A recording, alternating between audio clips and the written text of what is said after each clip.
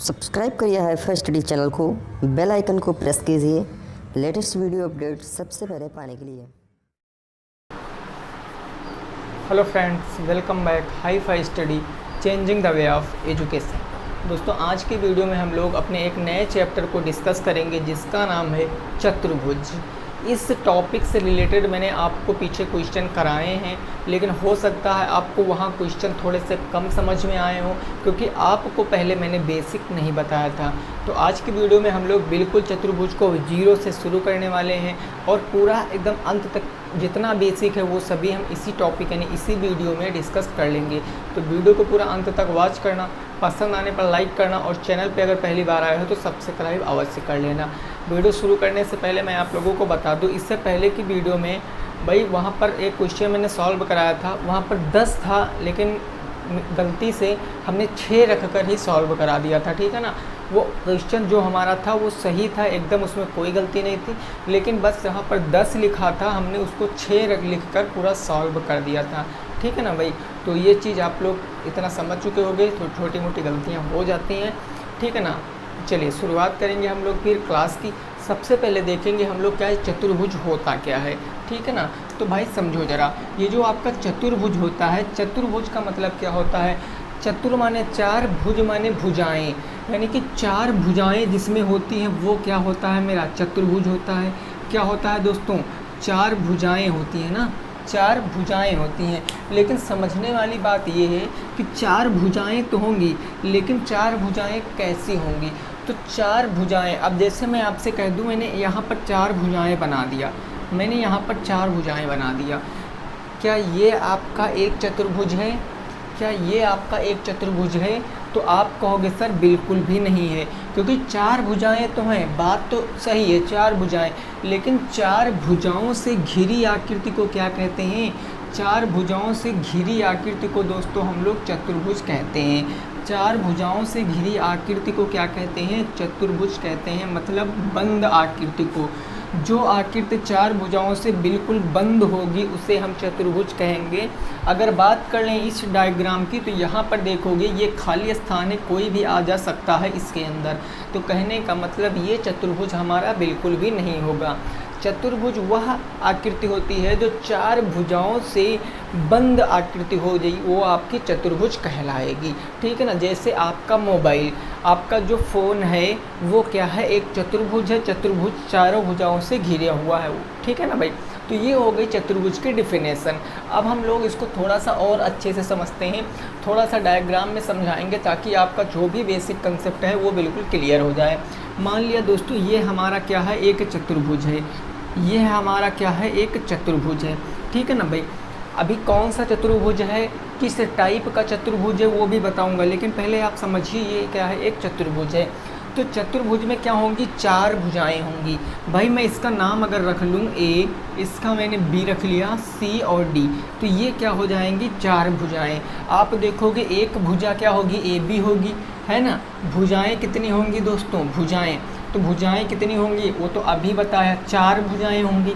4 भुजाएं होंगी ना, कौन कौन सी भुजा होगी? तो एक आपकी AB भुजा होगी, एक आपकी BC भुजा होगी, एक आपकी CD भुजा होगी और एक आपकी AD भुजा होगी। ये 4 भुजाएं होंगी कि नहीं होंगी? ये एक भुजा, ये 2 भुजा, ये 3 भुजा, ये 4 भुजा। तो कहने का मतलब 4 क्या हो गई? भुजाएं हो गई। नेक्स्ट आप देखोगे ये आपका बिंदु ये हो गया, एक बिंदु आपका ये हो गया, एक बिंदु आपका ये हो गया और एक बिंदु आपका ये हो गया। तो इन बिंदुओं को हम लोग क्या कहते हैं? शीर्ष कहते हैं। ये कहने की बात अगर मैं कहूँ चतुर्भुज में कितने शीर्ष होते हैं, शीर्ष कितने होते हैं चतुर्भुज में? तो 4 शीर्ष होते हैं। चतुर्भुज में 4 शीर्ष होते हैं, कौन कौन से? A, B, C और D, यानी कि A, B, C और D ये क्या होते हैं? 4 शीर्ष होते हैं चतुर्भुज में। 1, 2, 3 और 4, 4 भुजाएं 4 शीर्ष, ठीक है ना। अब देखो ये आमने सामने के बिंदुओं को जब हम मिला देंगे, सम्मुख बिंदुओं को जब मिला देंगे तो ये हमारे दो क्या बनेंगे? विकर्ण बनते हैं। यानी दोस्तों मैं बात कर लूँ कि आपके चतुर्भुज में विकर्ण कितने होते हैं, तो विकर्ण आपके 2 होते हैं। विकर्ण आपके दो होते हैं। विकर्ण होता क्या है कि आमने सामने के बिंदुओं को मिलाने वाली दूरी को हम लोग क्या कहते हैं, विकर्ण कहते हैं। एक विकर्ण आपका क्या बन जाएगा, BD, एक विकर्ण बन जाएगा आपका AC, यानी एक विकर्ण आपका कौन सा बन जाएगा, AC, और एक विकर्ण बन जाएगा आपका BD।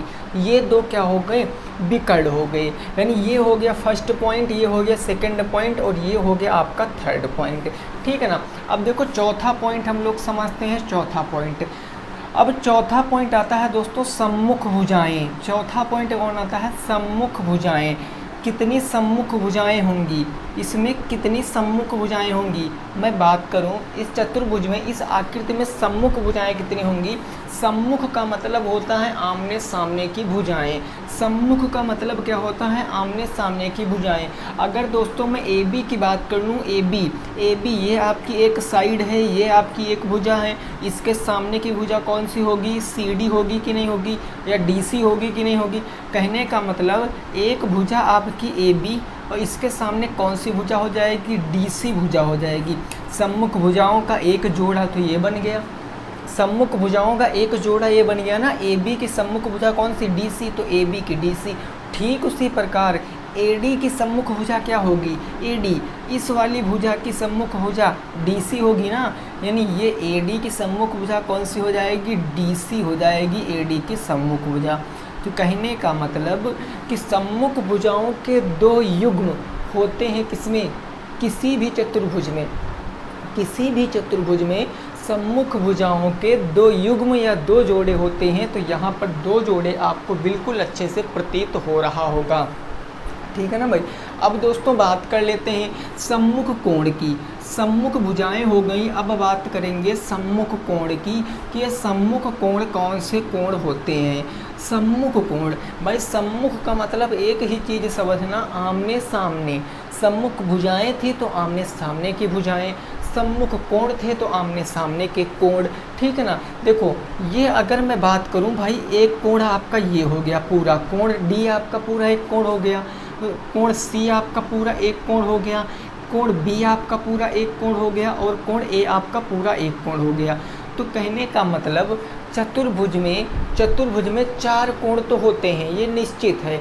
चार कोण तो होते हैं, ये बिल्कुल निश्चित है। लेकिन सम्मुख कोण कौन से होंगे, आमने सामने के कोण। जैसे मैं कहूँ दोस्तों कोण D का सम्मुख कोण कौन सा होगा, कोण D का सम्मुख कोण कौन सा होगा, कोण B होगा।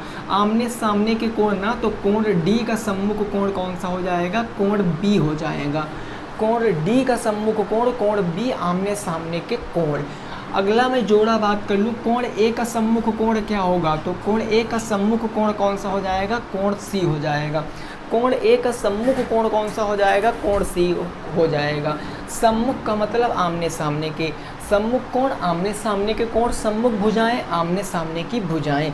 तो ये कुछ बेसिक बातें थी। आप लोग इसको अगर नहीं जानते थे तो नोट कर सकते हो, फिर आगे थोड़ा सा सीखेंगे, उसके बाद हम इसके प्रकार पर पहुंचते हैं। आप लोग इसका स्क्रीनशॉट ले लीजिए या नोट कर लीजिए, फिर आगे हम लोग पहुँचते हैं। ठीक है ना भाई, फिर आगे हम लोग पहुँचते हैं।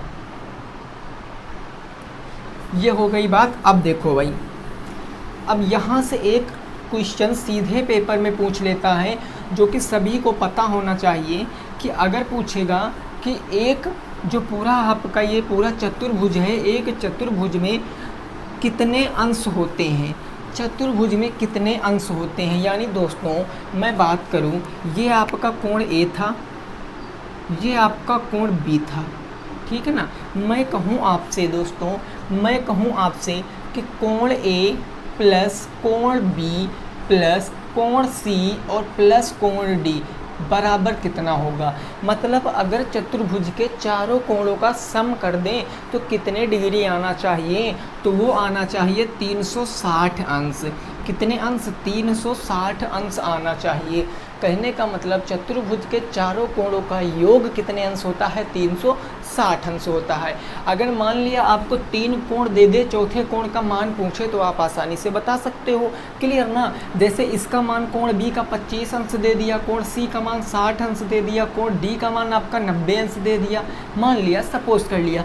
तो आप कोण ए का मान नहीं पता कर सकते हो? बिल्कुल पता कर सकते हो। इन सभी को जोड़कर आप 360 से माइनस कर दोगे तो आपका कोण ए का मान पता चल जाएगा। बोलो चलेगा कि नहीं चलेगा? ठीक है ना? तो ये बात हो गई। नेक्स्ट अगली बात आती है आपके संलग्न कोण। संलग्न कोण आपके होते हैं संलग्न कोण। ये संलग्न कोण मतलब क्या? संलग्न भुजाएं पहले समझिए, उसके बाद संलग्न कोण समझिए। संलग्न का मतलब क्या होता है? संलग्न का मतलब दोस्तों क्या होता है? यह होता है कि जो एक दूसरे में अटैच हों, जो एक दूसरे में जुड़े हों। आप यहाँ पर दोस्तों थोड़ा सा गौर से देखोगे तो ये आपकी जो एक रेखा है BC, ये आपकी जो एक रेखा कौन सी है? BC, ये आपकी एक रेखा है ना। और ये एक रेखा कौन सी है? CD। BC और CD इनका शीर्ष बिंदु एक ही है। इनका शीर्ष बिंदु कौन सा है? C एक ही है।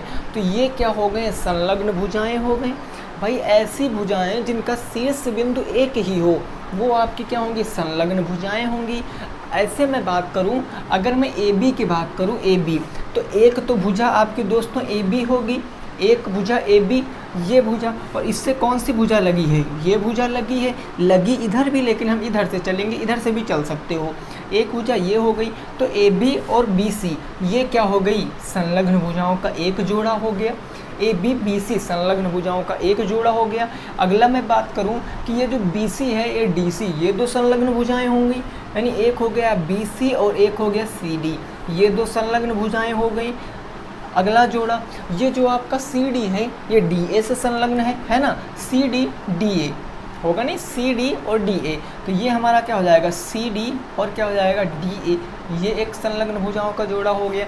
पहले ये और ये आया, फिर ये और ये आया, फिर ये और ये आया, अब ये और ये आएगा ना। फिर मैं बात कर लूँ, अगला जो आपका जोड़ा है वो आपका जोड़ा है AD, यानी ये एक जोड़ा, ये किससे संलग्न है? तो ये AB से है, ये AB से है।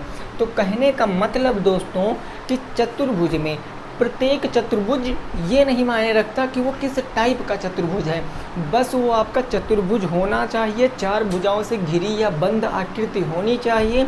उसमें टोटल संलग्न भुजाओं के 4 जोड़े बनेंगे। जैसे यहाँ पर 4 जोड़े बने हैं वैसे वहाँ पर भी 4 जोड़े बन जाएंगे। ठीक बात ना? अब देखिए दोस्तों, संलग्न तो भुजाएं हो गई, अब संलग्न कोण की बात कर लेते हैं। संलग्न कोण की बात कर लेते हैं। संलग्न कोण कैसे होते हैं? ठीक है ना? संलग्न कोण कहते हैं। देखो दोस्तों, मैं यहाँ से बात करूँ, यानी कि जो आपकी भुजा है ये आपकी क्या हो जाएंगी? भुजा। ये भुजा मतलब ऐसी भुजा जिस पे दोनों कोण क्या हों? बराबर हो। ऐसी भुजा जिस पे 2 कोण हो, यानी एक ये जो संलग्न कोण, ये कोण D और कोण C होगा, फिर कोण C और कोण D होगा, कोण B और कोण A होगा, कोण A और कोण B होगा। ये 2 संलग्न कोण होंगे। ये लगे हुए हैं, एक ही भुजा से क्या हुए हैं? ये लगे हुए कोण है ना। यानी संलग्न कोण कौन कौन से हो जाएंगे? कोण A का और एक कोण B, ये एक संलग्न कोण हो गया। A और B एक ही भुजा पर है। फिर आपका क्या हो जाएगा? कोण B और कौन सा? कोण C, ये एक संलग्न भुजा का जोड़ा हो गया। फिर कोण C और कोण D हो गया, यानी कोण C और कोण क्या हो गया? D हो गया। ये एक हो गया। अगला कोण D और कोण A हो गया। अगला क्या हो गया? कोण D और कोण क्या हो गया? A हो गया। तो ये आपकी बेसिक बातें थी, ये आपकी बेसिक बातें थी जो आपको पता हुई होंगी। इसमें भाई कोई किसी भी साथी को ऐसा नहीं होगा जो ना पता हो। अब देखो, एक यहाँ पर पिछली बार क्वेश्चन आया था दोस्तों, पिछली बार क्वेश्चन आया था कि चतुर्भुज में कितने अंतःकोण होते हैं? चतुर्भुज में कितने अंतःकोण होते हैं? अंतःकोण जो अंदर कोण होते हैं, अंतःकोण कितने होते हैं? तो आप बताओ अंतःकोण कितने होंगे? चतुर्भुज में अंतःकोण कितने होंगे? अंतः का मतलब जो अंदर हो, समझ लीजिए। अंतः का मतलब क्या होता है? अंदर होता है, जो अंदर हो। ठीक है ना? तो आप देखोगे चतुर्भुज में कितने अंतःकोण होते हैं? 4।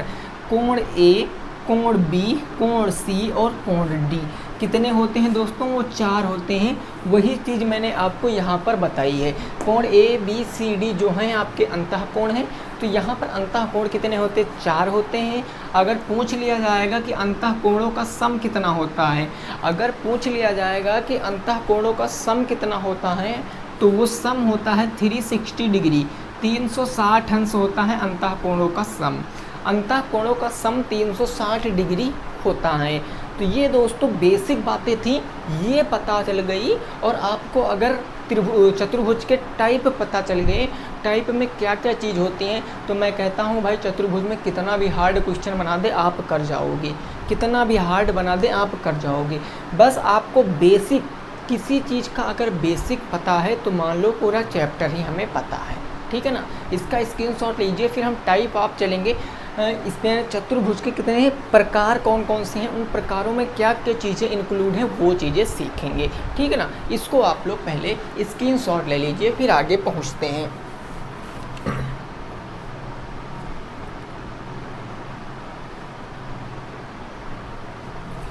ठीक है ना भाई, इसका स्क्रीनशॉट ले लीजिए।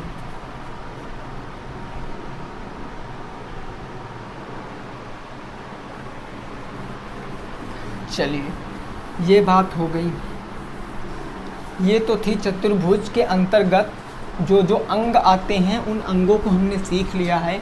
अब हम लोग एक एक करके चतुर्भुज का टाइप जो है वो डिस्कस करते हुए जाएंगे, और उसके अंतर्गत जो जो चीज़ें आती हैं वो भी सीखते हुए जाएंगे, ठीक है ना दोस्तों। सबसे पहले आपका आता है चतुर्भुज के प्रकार, हेडिंग डाल लेना। अगर आप लोग नोट कर रहे हो तो लिख लेना चतुर्भुज के प्रकार, चतुर्भुज के प्रकार, ठीक है ना, चतुर्भुज के प्रकार। पहला देखिए, इसका पहला जो टाइप आता है वो होता है समलंब चतुर्भुज। वो कौन सा होता है, समलंब चतुर्भुज, समलंब चतुर्भुज, ये पहला टाइप होता है। समलंब चतुर्भुज क्या होता है, समलंब चतुर्भुज क्या होता है, तो समलंब चतुर्भुज की डिफिनेशन होती है ऐसा चतुर्भुज, ऐसा चतुर्भुज जिसका एक जोड़ा, जिसका एक जोड़ा, समलंब चतुर्भुज ऐसा चतुर्भुज जिसका एक जोड़ा क्या हो, समांतर हो, जिसका एक जोड़ा क्या हो भाई, समांतर हो, वो आपका क्या कहलाता है, समलंब चतुर्भुज कहलाता है।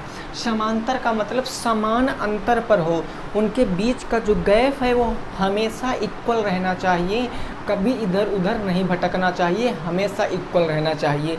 एक मैं आपको डायग्राम से समझाता हूँ ताकि आपके दिमाग में सेट हो जाए कि ये समलंब चतुर्भुज कैसा चतुर्भुज होता है। बात को ज़रा समझना। जैसे मैंने एक आकृति आपकी ये बना दी ना भाई साहब, और एक आकृति मैंने ये बना दी, ये मैंने करके एक चतुर्भुज बना दिया। ये बताओ क्या ये एक चतुर्भुज है, क्या ये एक चतुर्भुज है? आप कहोगे सर बिल्कुल ये है हमारा एक चतुर्भुज है ना। 1 2 3 और 4, 4 भुजाएं, 4 शीर्ष हैं, बिल्कुल हैं। तो ये आपका एक चतुर्भुज, लेकिन कैसा चतुर्भुज है, समलंब चतुर्भुज है। क्योंकि बात कर लें भुजा AB और भुजा CD की, AB और CD, इनको आप कितना भी दोस्तों आगे बढ़ा लो, कितना भी आगे बढ़ा लो, ये कभी मिलने वाली नहीं है, ये कभी मिलने वाली नहीं है। चाहे आप इस तरफ आगे बढ़ा लीजिए, चाहे आप इस तरफ आगे बढ़ा लीजिए, ये कभी आपस में नहीं मिलेंगी। और ये इसका गुण है, समलंब चतुर्भुज का ये गुण है कि एक ऐसा चतुर्भुज जिसका एक जोड़ा, जिसका एक किसका जोड़ा, भुजाओं का, जिसकी भुजाओं का एक जोड़ा कैसा हो, समांतर हो। आप देखोगे ABDC के यहाँ समांतर है, लेकिन वही बात कर लें ये भुजा AD और भुजा BC की, ये समांतर नहीं है दोस्तों।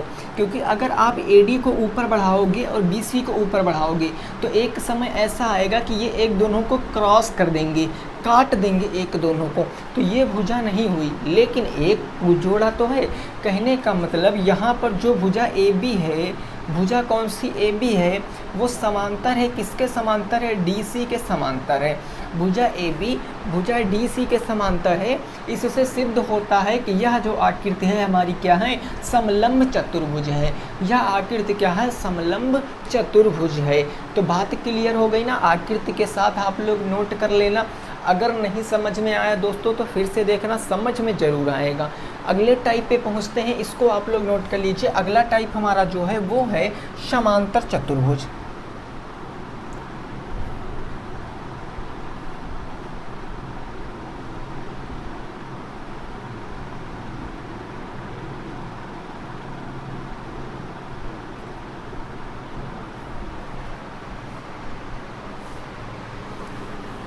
अगला देखिए चतुर्भुज कौन सा हो गया। ये पहला प्रकार आपकी समझ में आ गया होगा। नेक्स्ट अगला जो है वो है समांतर चतुर्भुज। वो क्या है दोस्तों? समांतर चतुर्भुज है। समांतर चतुर्भुज, समांतर चतुर्भुज ये आपका दूसरा हो गया। ये समांतर चतुर्भुज का क्या हो गया भाई? समांतर का मतलब क्या होता है? समान अंतर। समांतर का मतलब क्या होता है? समान अंतर। यही तो होता है समांतर का मतलब ना, समान अंतर। यानी ऐसा चतुर्भुज, ऐसा चतुर्भुज, ऐसा चतुर्भुज जिनका प्रत्येक जोड़ा, जिनका प्रत्येक जोड़ा या प्रत्येक युग्म भी आप लिख सकते हो, प्रत्येक जोड़ा क्या हो? परस्पर, परस्पर समान हो। प्रत्येक जोड़ा परस्पर क्या हो दोस्तों? समान हो। वो आपका क्या कहलाएगा? समांतर चतुर्भुज कहलाएगा। ऐसा चतुर्भुज जिसका प्रत्येक जोड़ा परस्पर समान हो, समांतर चतुर्भुज कहलाता है। आइए देखते हैं इसके डायग्राम को कैसे बना सकते हैं। तो मैंने यहाँ पर एक आपकी ये आकृति बना दी, ठीक है। ये ऐसे करके मैंने आपकी एक आकृति यहाँ पर बना दी, एक आकृति बना दी। इसका नाम रख लेते हैं ए, बी, सी और डी, ये नाम रख लेते हैं। तो आप यहाँ पर देखोगे कि चाहे भुजा ए बी को बढ़ा दीजिए, चाहे भुजा डी सी को बढ़ा दीजिए, चाहे भुजा आप बी सी को बढ़ा दीजिए या आप ए डी को बढ़ा दीजिए, ये कभी आपस में मिलने वाली नहीं है। ये दोनों जोड़े, जितने जोड़े, इन दोनों के जोड़े, इन दोनों के जोड़े, ये कभी आपस में नहीं मिलेंगे। और जब आपस में नहीं मिलेंगे तो कहने का मतलब समान है प्रत्येक जोड़ा। जब प्रत्येक जोड़ा समान है तो यह हमारा कैसा चतुर्भुज हो जाएगा? समांतर चतुर्भुज हो जाएगा। यह हमारा कैसा चतुर्भुज हो जाएगा? समांतर चतुर्भुज हो जाएगा। अब इसके गुण सीखिए। इसके जो गुण होते हैं, सम्मुख भुजाएं आपस में बराबर होती हैं। सम्मुख भुजाएं बराबर। सम्मुख भुजा कौन सी भुजा? आमने सामने की भुजा। यानी ए बी किसके बराबर होगी? तो डी सी के बराबर होगी। यानी ए बी किसके बराबर होगी? डी सी के बराबर होगी। समांतर चतुर्भुज में क्या होता है? सम्मुख भुजाएं बराबर होती हैं। यानी ए डी भुजा किसके बराबर हो जाएगी? बी सी के बराबर हो जाएगी। सम्मुख भुजा भी बराबर हो गई। अब सम्मुख कोण भी बराबर होंगे। यानी कोण बी किसके बराबर होगा? कोण ए के बराबर होगा। इधर समझिए, मैं आपको लिख कर बता रहा हूँ कि ए बी भुजा किसके बराबर होगी? ए बी भुजा आपकी डी सी के बराबर होगी। और आपकी ए डी भुजा किसके बराबर होगी? तो ए डी भुजा आपकी बी सी के बराबर होगी। क्योंकि कहता है ना कि सम्मुख भुजाएं क्या होंगी? बराबर होंगी। सम्मुख भुजाएं क्या कहती हैं भाई? बराबर होंगी। किस चतुर्भुज में? तो वो आपके समांतर चतुर्भुज में। ऐसे सम्मुख कोण भी बराबर होंगे। यानी कोण ए किसके बराबर होगा? कोण सी के बराबर होगा। कोण बी किसके बराबर होगा? कोण डी के बराबर होगा। ठीक है ना। अब देखो, दो विकर्ण होते हैं। एक विकर्ण आपका ये हो गया, एक विकर्ण आपका ये हो गया। तो ये जो विकर्ण हैं आपस में एक दूसरे को समद्विभाजित करते हैं। ये पॉइंट लिख लेना कि जो विकर्ण हैं आपस में एक दूसरे को समद्विभाजित करते हैं। आपस में एक दूसरे को क्या करते हैं? समद्विभाजित करते हैं। एक दूसरे को समद्विभाजित करते हैं। विकर्ण आपस में एक दूसरे को समद्विभाजित करते हैं। यानी AD और BC ये आपस में एक दूसरे को क्या करेंगे? समद्विभाजित करेंगे, AC और BD। ठीक है ना। तो ये समांतर चतुर्भुज और ये इसकी प्रॉपर्टीज़ होती हैं कि आमने सामने की भुजाएं बराबर होंगी, आमने सामने यानी सम्मुख कोण बराबर होंगे, विकर्ण एक दूसरे को परस्पर समद्विभाजित करेंगे। तो इसका स्क्रीनशॉट ले लीजिए विद डायग्राम, तब आपकी समझ में अच्छे से आ जाएगा। फिर नेक्स्ट टाइप पर पहुँचते हैं। अगला टाइप हमारा जो हो जाएगा वो हो जाएगा आयत। वो हो जाएगा दोस्तों आयत हो जाएगा। ठीक है ना भाई। चलो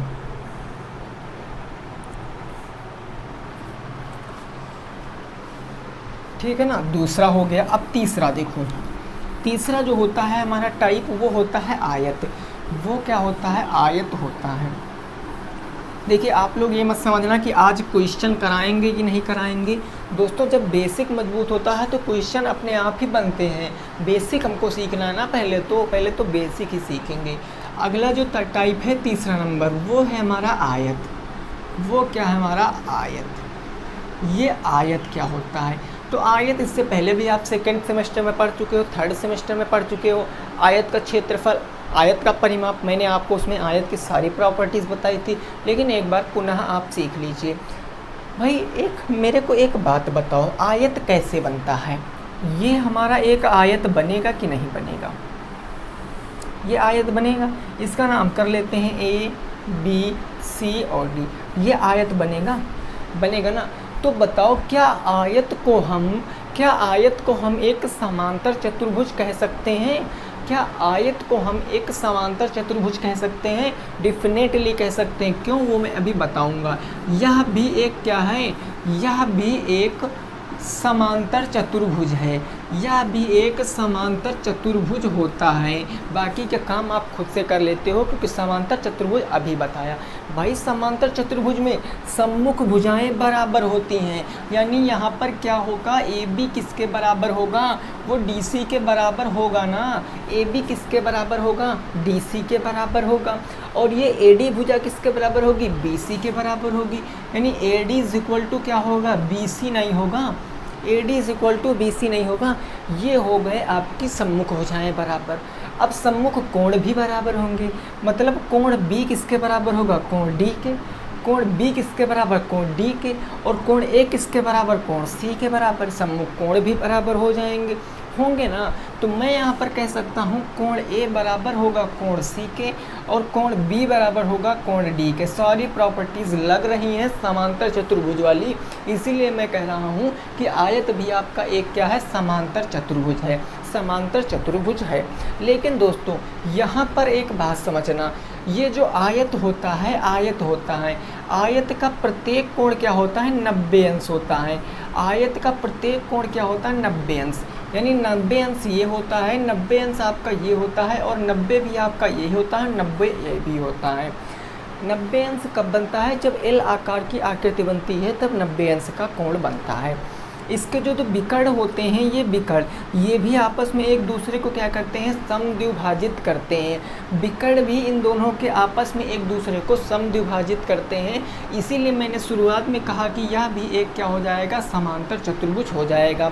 सम्मुख भुजाएं बराबर, सम्मुख कोण बराबर, विकर्ण भी एक दूसरे को समद्विभाजित करते हैं। तो बस ये हो गया थर्ड हमारा। अब पहुँचते हैं फोर्थ टाइप पर, उसको भी समझिए। पहले आप इसका स्क्रीनशॉट ले लीजिए, पहले आप इसका स्क्रीनशॉट ले लीजिए, फिर अगले पे पहुंचते हैं, अगला क्या हो जाएगा।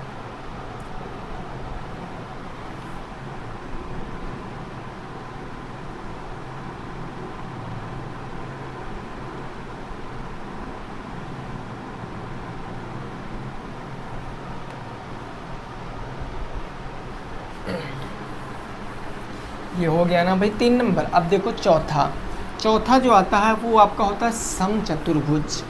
चौथा कैसा चतुर्भुज होता है भाई? वो होता है आपका समचतुर्भुज। नेक्स्ट हमारा जो है वो है समचतुर्भुज। समचतुर्भुज क्या होता है? समचतुर्भुज ऐसा चतुर्भुज होता है, समचतुर्भुज ऐसा चतुर्भुज होता है जिसका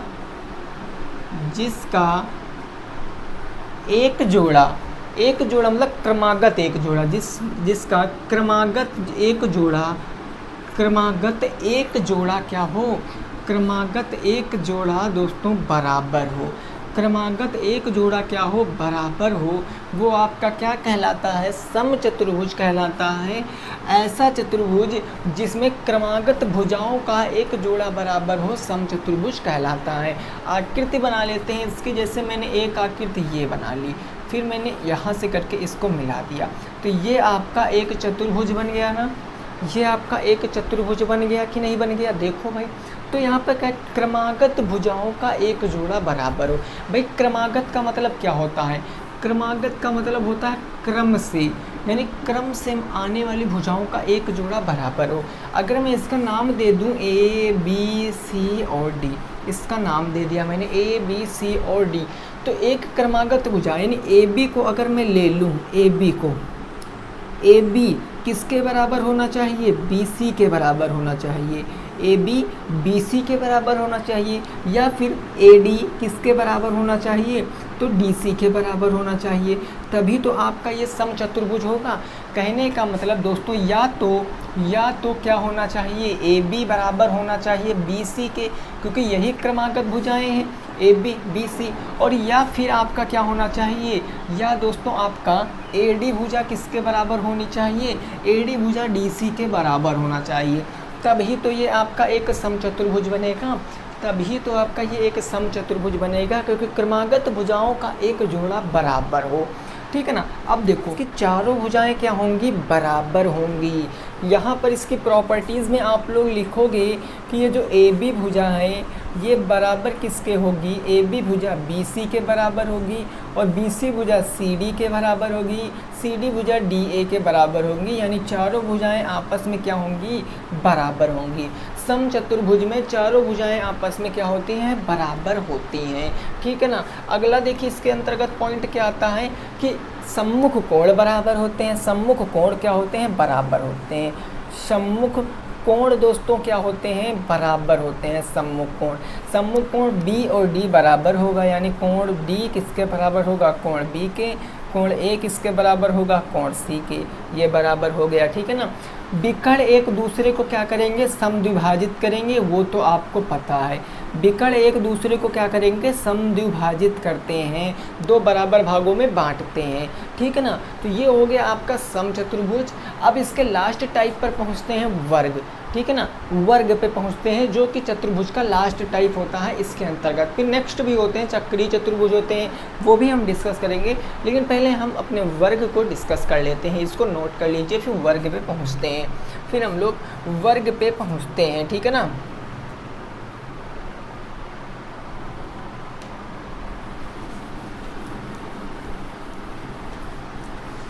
चलो भाई साहब, अब हम पहुंच चुके हैं लास्ट टाइप पर, जो कि है हमारा वर्ग।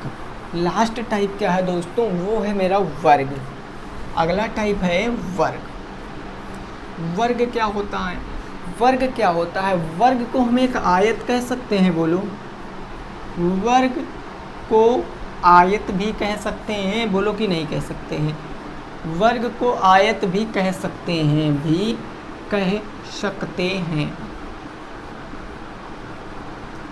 वर्ग को आयत भी कह सकते हैं। क्यों कह सकते हैं, तो आइए सीखते हैं।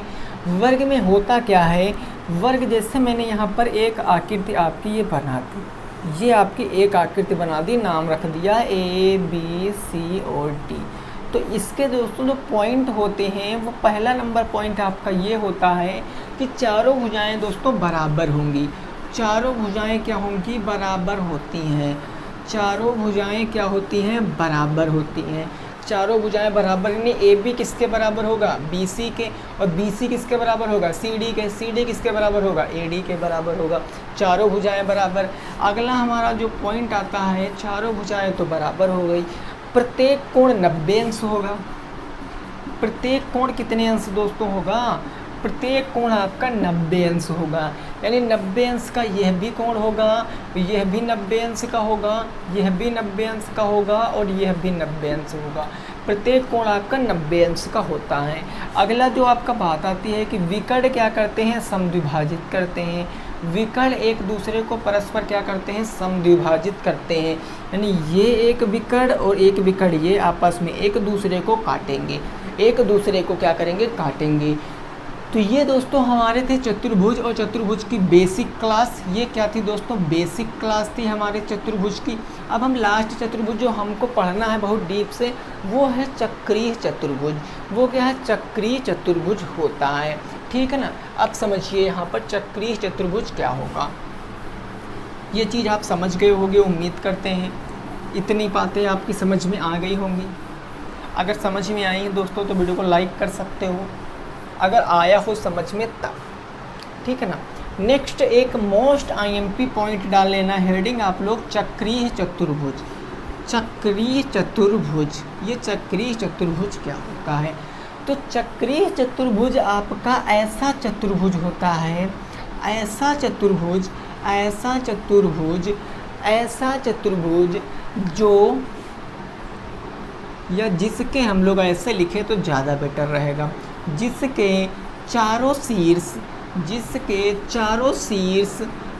शीर्ष किस पर स्थित हों, तो वृत्त की परिधि पर स्थित हों, वृत्त की परिधि पर स्थित हों, परिधि पर हों या स्थित हों, उसे क्या कहते हैं, चक्रीय चतुर्भुज कहते हैं। ऐसा चतुर्भुज जिसके चारों शीर्ष वृत्त की परिधि पर स्थित हों उसे हम चक्रीय चतुर्भुज कहते हैं। मान लिया ये आपका एक क्या है, सर्किल है, ये आपका क्या है भाई, सर्किल एक मान लिया। तो यहाँ पर 4 बिंदु, ये है एक हो गया, ये बी हो गया, ये आपका सी हो गया, ये आपका डी हो गया ना। तो ये 1 2 3 और 4, तो ये कैसा चतुर्भुज होगा, ये आपका चक्रीय चतुर्भुज होता है, ये आपका चक्रीय चतुर्भुज होता है। चक्रीय चतुर्भुज में दोस्तों होता क्या है, चक्रीय चतुर्भुज में क्या होता है, जरा बात को मेरी समझना। ये जो सम्मुख कोण होते हैं ना, सम्मुख कोण, ये ऐसे तो इसके विकर्ण हो जाएंगे, होंगे ना, लेकिन जो सम्मुख कोण, कोण डी और कोण बी, कोण डी और कोण बी, यानी यहाँ पर एक पॉइंट आप समझना, यही पॉइंट सबसे ज़्यादा उपयोगी पॉइंट है कि सम्मुख कोण क्या होते हैं, सम्मुख कोण समपूरक कोण होते हैं, सम्मुख कोण समपूरक कोण होते हैं, समपूरक कोण होते हैं दोस्तों, क्या होते हैं, समपूरक कोण होते हैं, सम्मुख कोण समपूरक कोण होते हैं, सम्मुख कोण समपूरक कोण। और समपूरक कोण वे कोण होते हैं, ऐसे कोण जिनका सम कितना होता है, 180 अंश होता है, जिनका सम 180 अंश होता है। सम्मुख कोण, जैसे मैंने मान लिया कोई कोण ए है और कोई कोण बी है, अगर उनका सम 180 अंश आ रहा है, योग उनका 180 अंश आ रहा, तो वो आपके संपूरक कोण होते हैं। यानी अगर यहाँ पर कोण बी और प्लस कोण डी करूँ तो कितने अंश आएगा, 180 अंश आएगा, क्योंकि सम्मुख कोण संपूरक कोण होते हैं। ऐसे में यहाँ पर कोण ए प्लस कोण सी करूँ तो क्या होगा, 180 अंश आएगा, ये भी क्या होते हैं, संपूरक कोण होते हैं। और इस पर बेस्ड मैंने आपको पिछली क्लास में क्वेश्चंस भी कराए थे, इसी चक्रीय चतुर्भुज पर बेस्ड क्वेश्चन। तो दोस्तों आज की क्लास में हमने चतुर्भुज की जितनी बेसिक बातें थी वो सीख लिया है। फिर हम कल से डिस्कस करेंगे अपने क्वेश्चनों को, चतुर्भुज के 2 या 3 क्लासों में कोई इनके क्वेश्चनों को डिस्कस कर लेंगे। लेकिन उससे पहले मैं बता दूं, इस टाइम जो आपकी दोस्तों क्लासें हैं, इस टाइम जो आपकी क्लासें हैं दोस्तों वो थोड़ा सा डिस्टर्ब रहेंगी। कितनी तारीख तक, तो 28 तारीख तक, 28 तारीख तक आपकी क्लासें डिस्टर्ब रहेंगी। रीज़न भाई इस टाइम ये है कि खेत में काम थोड़ा सा है ज़्यादा हमको, तो इसलिए हम आ नहीं पा रहे हैं, वीडियो बना नहीं पा रहे हैं, मेन रीज़न यही है। तो आपको थोड़ा टाइम से, अभी 28 तक आपको थोड़ा सा डिस्टर्बेंस में क्लास चलेंगी, उसके बाद आपको रेगुलर क्लास चलेंगी, क्योंकि 28 को हम लोग जो पहुँच जाएंगे इलाहाबाद, ठीक है ना भाई। मौसम भी ख़राब है, सभी को पता है, तो खेत में काम थोड़ा सा हो गया है ज़्यादा। तो उम्मीद करते हैं आप लोग परेशानियों को समझ रहे होंगे, ज़्यादा हड़बड़ाना नहीं है आप लोगों को कि नहीं सर क्लास क्यों नहीं आ रही है, सब कुछ आपको प्रोवाइड कराया जाएगा, ठीक है ना भाई। यानी कि मैथ जब पूरा कह दिया गया, पूरा सिलेबस ख़त्म करा दिया जाएगा, पेपर से पहले पूरा मैथ ख़त्म, प्रैक्टिस भी ख़त्म, सब कुछ ख़त्म हो जाएगा पूरी ये आपकी मैथ, ठीक है ना। तो भरोसा बनाए रखना दोस्तों। इसी तरीके से वीडियो पसंद आई है तो लाइक ज़रूर करना, अगर चैनल पे पहली बार आया हो तो सब्सक्राइब भी अवश्य कर लेना है। मिलेंगे आपसे नेक्स्ट वीडियो में, तब तक के लिए सभी साथियों को जय हिंद, जय भारत और वंदे मातरम।